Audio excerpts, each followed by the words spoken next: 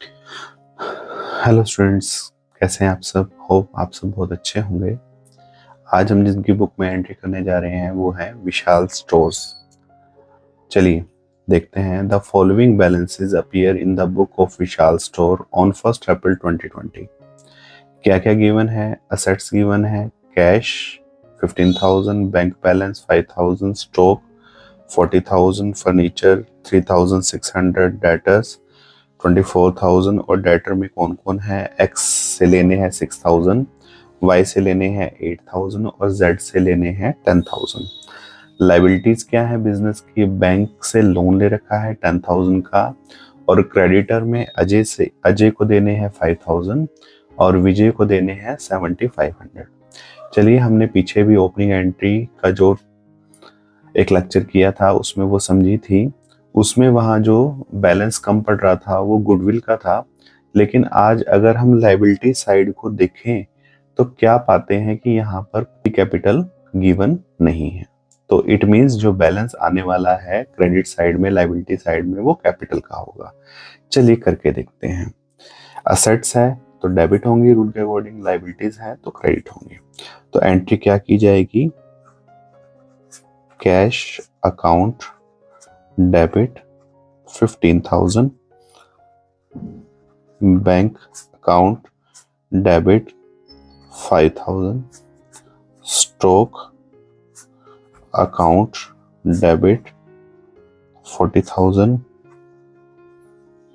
Furniture account debit 3,600 और debtor में हमने लिखना है एक्स डेबिट 6,000 से, वाई डेबिट 8,000 से, जेड डेबिट 10,000 से।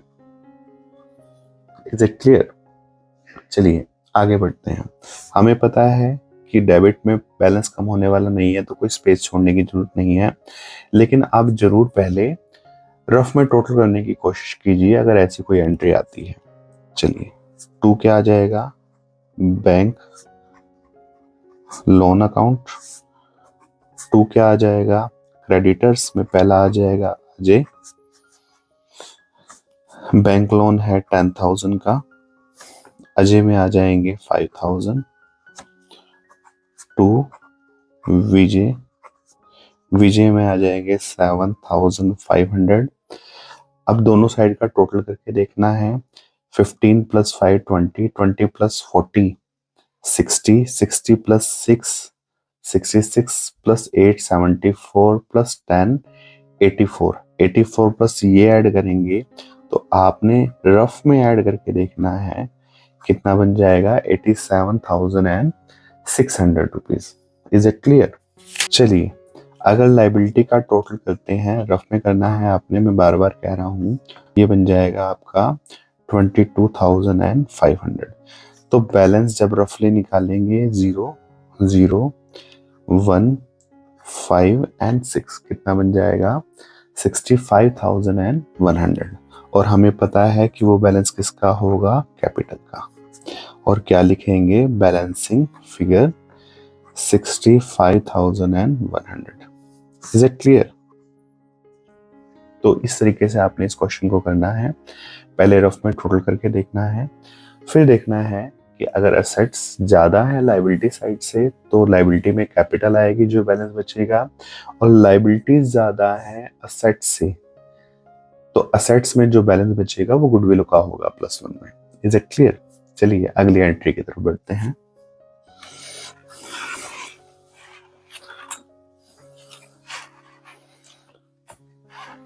तो जो हमारी अगली एंट्री है वो क्या कहती है? bought goods from Kailash for ₹20,000 at a trade discount of 10% and cash discount 2%. Paid 60% amount immediately. देखिए, बोट किया गया है, परचेज किया गया है, कैलाश से परचेज किया। पहले कैलकुलेशन करते हैं। देखिए, 20,000 का लिस्ट प्राइस है तो ट्रेड डिस्काउंट कितना क्या रखा है? 10%। 10% और 20,000 कितना बन जाएगा? 2,000। रिमेनिंग कितना रह जाएगा? 18,000। अब 18,000 जो बच गया या तो परचेज में आएगा या सेल में आएगा। लेकिन ट्रेड डिस्काउंट के बाद क्या कर रखा है 2% कैश डिस्काउंट, लेकिन पेमेंट कितनी की गई है 60%। तो इसका 60% आपको अलग करना है और 40% अलग करना है। Is it clear? चलिए 18,000 का जब आप 60% करेंगे तो आपका आ जाएगा 0 6 8 जा 48 कैरी 4 6 1 6 प्लस 4 कितना हो जाएगा 10। 18 में से 10,800 जब लेस करेंगे तो रिमेनिंग कितने बच जाएंगे 7,200। तो 60% तो बन जाएगा 10,800 और 40% बन जाएगा 7,200। Is it clear? I think आपको यहाँ तक समझ में आ गया होगा, ये एंट्री हमने पहले भी करी है। चलिए और आगे बढ़ते हैं। अब जो कैश डिस्काउंट होगा वो 60% पे होगा, तो 10,800 का जब हम 2% कैलकुलेट करेंगे तो बन जाएगा 8 2 जा 16 और 2 1 जा 2, कितना बन जाएगा 216 रुपीज। तो जब कैश डिस्काउंट को लेस किया जाएगा तो वो हमेशा कैश में आता है, और अगर बैंक दे रखा है तो वो बैंक बन जाएगा। तो रिमेनिंग कितना बन जाएगा 4 9 8 7 में से 2 कैंसिल करेंगे तो कितना बन जाएगा 5 0 एंड 1। ये क्या आ जाएगा कैश या बैंक में। चलिए केस जो भी होगा, अब हमें पता है परचेज किया गया है, तो एक तो हो जाएगा परचेजेस, नॉमिनल अकाउंट होता है। किससे परचेज किया गया कैलाश से, क्योंकि क्रेडिट भी है तो एक नाम क्या आ जाएगा कैलाश। पर्सनल अकाउंट, पेमेंट की गई है, कहता है पेड 60% अमाउंट इमीडिएटली, कैसे किया कुछ नहीं कह रखा तो आप क्या लिख देंगे cash. Cash is a real account. और एक कौन क्या दे रखा है हमें discount, this is a nominal account. Amount लिख लेते हैं, परचेज में 18,000, कैलाश में 7,200 रुपीज, कैश में 10,584 और डिस्काउंट में कितना आ जाएगा 216। चलिए रूल लगाकर देखते हैं। गुड्स परचेज किया किसने, बिजनेस ने, तो बिजनेस के पॉइंट ऑफ व्यू से परचेज क्या बन जाएगा एक्सपेंसेस। चलिए गुड्स परचेज किया कैलाश से, तो कैलाश बिजनेस के पॉइंट ऑफ व्यू से रिसीवर होगा या गिवर होगा, गिवर होगा। गिवर क्या होता है क्रेडिट। गुड्स परचेज किया किसने, बिजनेस ने परचेज किया, तो बिजनेस जब परचेज करेगा तो कैश कम्स इन होगा या गोज आउट होगा। ऑब्वियस है बिजनेस के पॉइंट ऑफ व्यू से गोज आउट तो क्या होगा क्रेडिट। अब देखिए डिस्काउंट का रूल क्या है कि जो पेमेंट ले रहा है वो डिस्काउंट देगा। अगर बिजनेस कैश दे रहा है तो पेमेंट कौन ले रहा होगा कैलाश, तो डिस्काउंट भी कौन देगा कैलाश।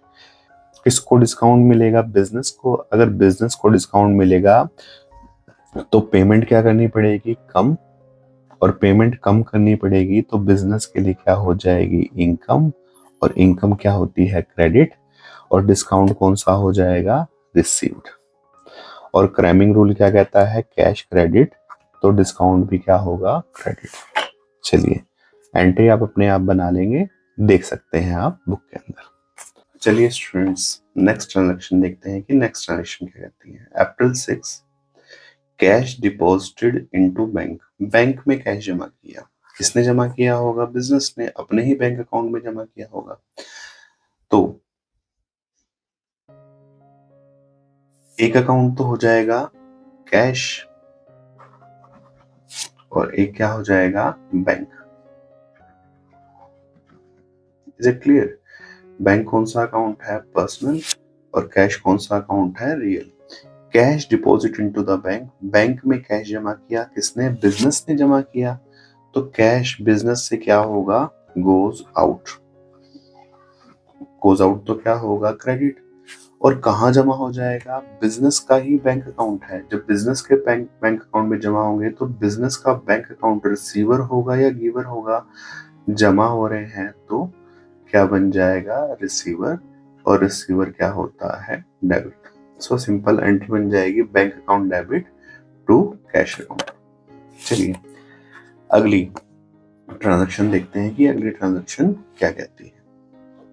अप्रैल 8 check received from Y for rupees 7,850 in full settlement of his account. This check was immediately deposited into the bank. कहाँ जमा करा दिया गया? बैंक में। तो हमने Y से अगर आप ओपनिंग एंट्री में देखेंगे तो 8,000 रुपीज लेने थे, लेकिन मिल कितने रहे हैं? 7,850। चलिए, चेक मिल रहा है और उसी दिन बैंक में जमा करा दिया, तो अकाउंट का नाम क्या होगा? Bank. Bank is a personal. किससे मिल रहा है? वाई से। और एक अकाउंट क्या हो जाएगा? डिस्काउंट, क्योंकि 8,000 रुपीज लेने थे, 7,850 मिल रहे हैं, तो 150 का क्या हो जाएगा? Cash discount. Discount is a nominal, Y is a personal, bank is a personal. Cheque मिला और सेम डे बिजनेस ने बैंक में जमा करा दिया। कहाँ जमा करा दिया? अपने ही बैंक अकाउंट में। तो हमारा बैंक अकाउंट क्या बन जाएगा? रिसीवर। और रिसीवर क्या होता है? डेबिट। चलिए, किससे मिला? चेक्स वाई से, तो वाई विल बी रिसीवर और गिवर। तो रूल के अकॉर्डिंग वाई रिसीवर गिवर हो सकता है, और यहाँ पर क्या बन जाएगा? गिवर। और गिवर क्या होता है? क्रेडिट। चलिए, पैसे कौन ले रहा है? बिजनेस। चेक किसको मिल रहा है? बिजनेस को। डिस्काउंट भी कौन देगा? बिजनेस। बिजनेस डिस्काउंट देगा, तो बिजनेस के लिए क्या हो जाएगा? एक्सपेंस। एक्सपेंस क्या होता है? डेबिट। और होना भी था, क्रैमिंग रूल भी यही कहता है कि अगर बैंक डेबिट तो डिस्काउंट भी क्या होगा? डेबिट। और डिस्काउंट क्या बन जाएगा? अलाउड। सो सिंपल, वेरी इजी। चलिए आगे बढ़ते हैं। तो हमारी जो नेक्स्ट ट्रांजैक्शन है वो क्या कहती है? Received a cheque from Z rupees 2,000। अगर आप ओपनिंग एंट्री में देखेंगे तो आप पाएंगे कि वहां पर एग्जैक्टली Z से बिजनेस ने लेने कितने थे? 10,000। तो ऐसा नहीं करना कि 8,000 का कैश डिस्काउंट हो गया, नहीं। अभी 2,000 रुपीज मिल रहे हैं और 8,000 रुपीज मिल रहे हैं बाकी है in future. Is it clear? चलिए, रिसीव ए चेक, क्या मिला बिजनेस को? चेक मिला। लेकिन चेक की कंडीशन में आपने क्या देखना है? क्वेश्चन में आगे पढ़ना है। यहाँ तो कुछ कह नहीं रखा कि बैंक में जमा करवाया या नहीं कराया। अगर आगे भी इसी क्वेश्चन में कुछ नहीं कह रखा है तो बाय डिफॉल्ट आज ही क्या मान लिया जाएगा? बैंक। लेकिन अगली एंट्री में या कुछ आगे की एंट्रीज में इस चेक के बारे में कुछ कह रखा है, तो हमने आज क्या मानना है? Cheque in hand. चलिए, दूसरा अकाउंट क्या होने वाला है यहाँ पर? Z। Z is a personal account, cheque in hand is a real account. Cheque मिला, किसे मिला? बिजनेस को मिला। तो चेक मिला Z से, तो cheque in hand comes in होगा या गोज आउट होगा? क्या होगा? Comes in. और कम्स इन तो क्या होगा? डेबिट। किससे मिला? Z से, तो Z बिजनेस के पॉइंट ऑफ व्यू से क्या बन जाएगा? गिवर। और गिवर क्या होता है? क्रेडिट। तो आज एंट्री क्या बन जाएगी? Cheque in hand account debit to Z। कितने का चेक मिला? 2,000। 2,000। चलिए आगे बढ़ते हैं।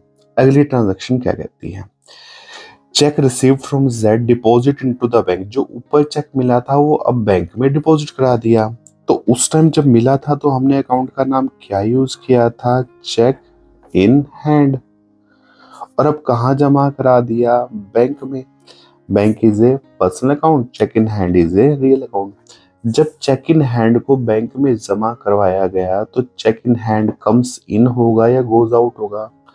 जब बैंक में डिपॉजिट करा दिया तो चेक इन हैंड बिजनेस से क्या हो जाएगा? Goes out. और गोज आउट क्या होता है? क्रेडिट। कहाँ जमा करा दिया? बैंक में। तो हमारा बैंक अकाउंट क्या बन जाएगा? रिसीवर। रिसीवर तो क्या होता है? डेबिट। तो एंट्री क्या बन जाएगी? एंट्री बन जाएगी bank account debit to cheque in hand account. कितने का? 2,000। 2,000। So simple, very easy. आपको समझ में आ गया होगा। चलिए और आगे बढ़ते हैं। अगली ट्रांजैक्शन क्या कहती है?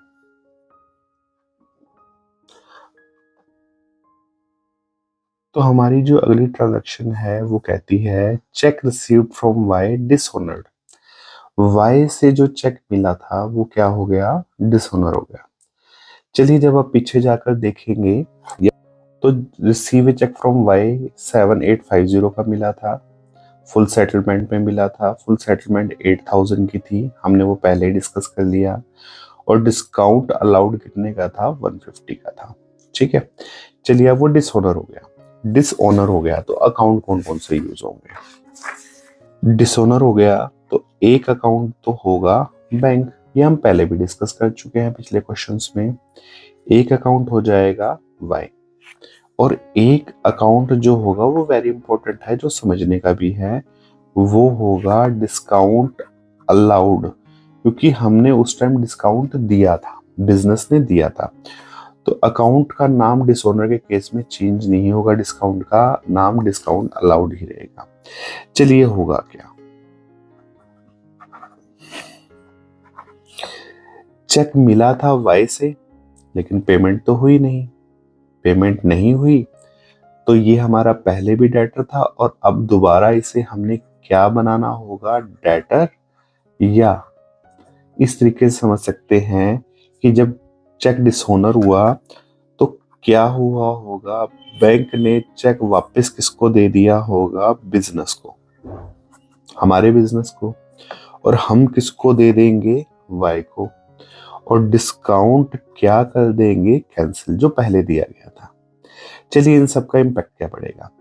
चेक वापस बैंक किसे देगा? बिजनेस को। तो बैंक क्या बन जाएगा? गिवर, और गिवर तो क्या हो जाएगा? क्रेडिट। हम बिजनेस जो बीच का सेंटर पॉइंट है, इसके लिए तो हमने एंट्री करनी नहीं, इसके पॉइंट ऑफ व्यू से करनी है। ये किसको दे देगा? वाई को। तो वाई को दे दिया तो वाई क्या बन जाएगा? रिसीवर, और रिसीवर तो क्या हो जाएगा? डेबिट। Is it clear? और अब डिस्काउंट को कैंसिल करना है। जब डिस्काउंट दिया था, अलाउड किया था, तो डेबिट किया था, और आज कैंसिल करने के लिए हम क्या कर देंगे? क्रेडिट। फिफ्थ रूल जो डबल एंट्री सिस्टम में मैंने आपको करवाया था, डिस्काउंट को कैंसिल कर देंगे। डिस्काउंट कितने का कैंसिल होगा? 150 का। वाई को कितने का वापस चेक कर देंगे, यानी वाई से अब हमने कितने लेने हैं? 8000। और बैंक कितने का चेक रिटर्न कर देगा? 7850 का। तो एग्जैक्टली एंट्री क्या बन जाएगी? Y debit 8000 to bank 7850 to discount allowed कितने से? 150 से। So simple. चलिए इस एंट्री को एक बार दोबारा देख लेते हैं। जब चेक डिसऑनर हुआ तो बैंक ने चेक किसे वापस दे दिया? बिजनेस को। बिजनेस ने किसको दे दिया? वाई को। जब बैंक ने वापस दिया तो बैंक अकाउंट हमारा गिवर हो गया। गिवर क्या होता है? क्रेडिट। हमने किसको दे दिया? वाई को। वाई क्या बन जाएगा? रिसीवर, तो डेबिट। डिस्काउंट को कैंसिल करना है, ना रिसीव हो रहा है ना अलाउड हो रहा है। यहाँ पर जो पहले डिस्काउंट दिया गया था उसे ही खत्म करना है। क्यों? क्योंकि जब पैसे ही नहीं मिले, पैसे ही बैंक में जमा नहीं हो पाए, बुक नहीं हो पाए, तो फिर डिस्काउंट किस चीज का? तो डिस्काउंट डेबिट था, और कैंसिल करने के लिए उस एंट्री से आज क्या हो जाएगा? क्रेडिट। चलिए बहुत सिंपल है, जितनी बार प्रैक्टिस करेंगे उतना ज्यादा समझ में आएगा। चलिए अगली ट्रांजैक्शन की तरफ बढ़ते हैं। तो स्टूडेंट अगली ट्रांजैक्शन क्या कहती है? Cash cell 15,000, out of this amount 12,000 deposited into the bank. उसी दिन की बात कर रहा है। सेल किया, कैसे सेल किया? कैश में। क्या किया गया? गुड्स को सेल्स किया गया। Goods is a nominal account, cash is a real account. Cash मिला और बिजनेस ने क्या किया? सेल किया। तो सेल किया तो बिजनेस के लिए हमेशा क्या होती है? इनकम, और इनकम क्या होती है? क्रेडिट। जब सेल करेगा बिजनेस तो बिजनेस में कैश कम्स इन होगा या गोज आउट होगा? ऑब्वियस है, सेल्स करने पर कम्स इन होगा। कितना कम्स इन होगा? 15,000।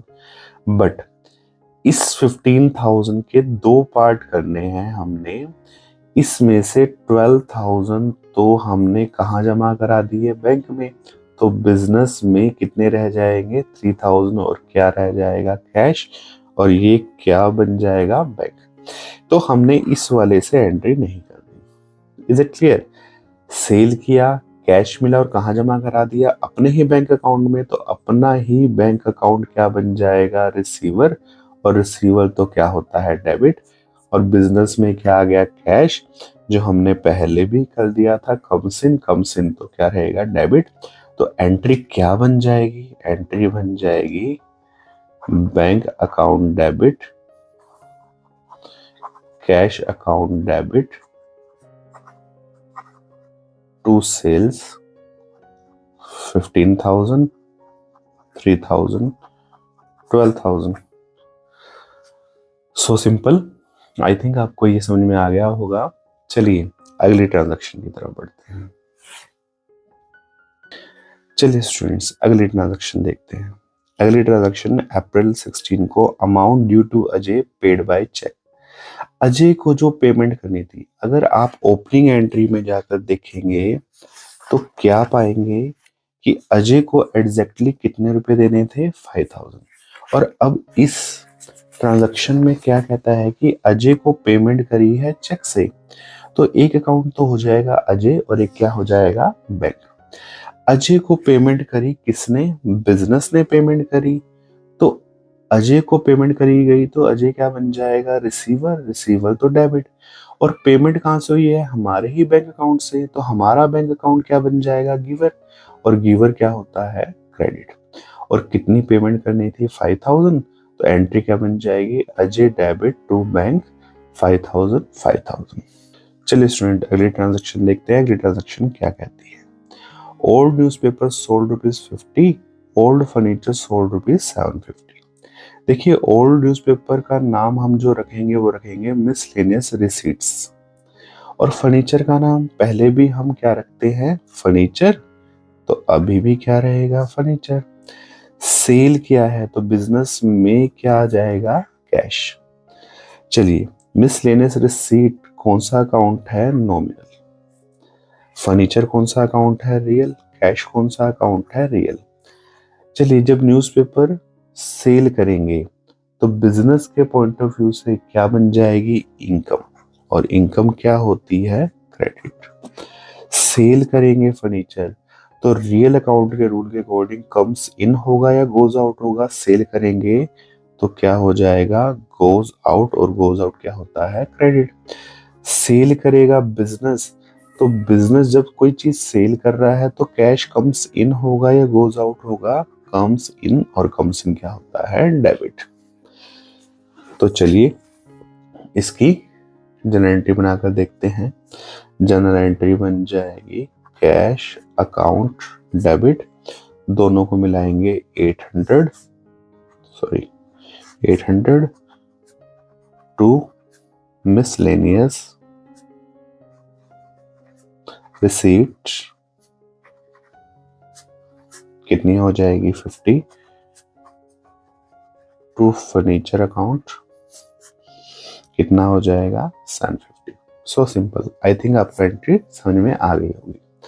चलिए आगे बढ़ते हैं।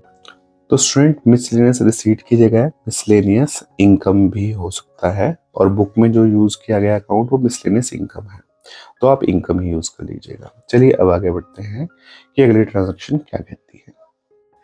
तो स्टूडेंट जो हमारी अगली ट्रांजैक्शन है, अप्रैल 20 को Z become insolvent and 40 paisa in a rupee could be received from his estate by check which is deposited into the bank.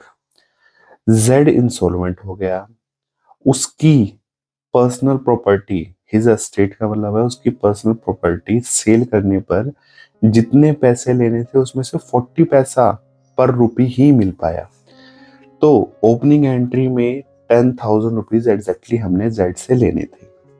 कितने का चेक पीछे मिल चुका था, 2,000, तो कितने मिलने बाकी थे, 8,000। 8,000 में से कितना मिल रहा है, 40 पैसा, तो कितना नहीं मिल रहा, 60 पैसा इन ए रुपी। तो 8 4 जा 32, 8 6 जा 48, तो कितना एग्जैक्टली मिल रहा है, 3200, और कितना नहीं मिलेगा, 4800। जो मिल रहा है वो कैसे मिल रहा है, चेक के थ्रू मिल रहा है, और चेक को कहाँ जमा करा दिया, बैंक में। तो एक अकाउंट तो हमारा हो जाएगा बैंक, कितने से, 3200 से। जो पैसे नहीं मिल रहे वो आज कहाँ चले जाएंगे, बैड डेट्स में। और किससे मिल रहे हैं, या बैड डेट्स किसका हो रहा है, जेड का। Z is a personal, bad debts is a nominal loss होगा, और बैंक इज ए पर्सनल। चलिए, जितने मिल रहे हैं बिजनेस को, तो कहाँ जमा हो रहे हैं, बैंक में। तो बैंक क्या बन जाएगा, रिसीवर। रिसीवर तो डेबिट। अब 60 पैसे नहीं मिलेंगे तो बिजनेस के लिए क्या हो जाएगा, बैड डेट्स। बैड डेट्स का मतलब लॉस, और लॉस क्या होता है, डेबिट। चलिए, जितने पैसे जेड दे रहा है उसके लिए तो बन जाएगा गिवर। गिवर तो क्रेडिट। और जितने पैसे वो नहीं दे पा रहा है उसके लिए आज हम इसे क्या करेंगे, राइट ऑफ करेंगे। राइट ऑफ करने के लिए डेबिट से क्या किया जाएगा, क्रेडिट। तो अल्टीमेटली दोनों केस में वो क्या होगा, क्रेडिट। 3200 जो वो दे रहा है और जो वो नहीं दे पाएगा उसके लिए हम उसे क्या करेंगे, राइट ऑफ। जब आप डबल एंट्री सिस्टम का मेरा लेक्चर देखेंगे तो उसमें मैंने 5वें रूल में ये चीज समझा रखी थी, और अभी हमने पीछे इम्पोर्टेंट एंट्रीज भी करी, उसमें भी मैंने बैड डेट्स को बहुत अच्छे से डिफाइन करके समझाया है। तो आप उसमें भी जाकर इन सभी एंट्रीज को अच्छे से देख सकते हैं। चलिए, तो अब एग्जैक्टली एंट्री क्या बन जाएगी, एंट्री बन जाएगी bank account debit 3200, bad debts account debit 4800, to Z कितने से हो जाएगा क्रेडिट, 8000 जो वो दे रहा है उसके लिए भी, और जो वो नहीं दे पा रहा है उसके लिए भी। दोनों के लिए 8000 से वो क्या हो जाएगा, क्रेडिट। आई थिंक आपको ये एंट्री सारी अच्छे से समझ में आ गई होंगी। अगर आ रही हैं तो यूं ही लेक्चर में बने रहें, और इस क्वेश्चन का जो सेकंड पार्ट है वो हम अगले लेक्चर में करेंगे, क्योंकि लेक्चर ऑलरेडी बहुत बड़ा हो चुका है। तो आप यूं ही चैनल पर बने रहें, चैनल को सब्सक्राइब करें। होप आपको सभी लेक्चर अच्छे से समझ में आ रहे होंगे। आगे के सभी चैप्टर्स भी हम यूं ही डिटेल में समझेंगे। Thank you very much.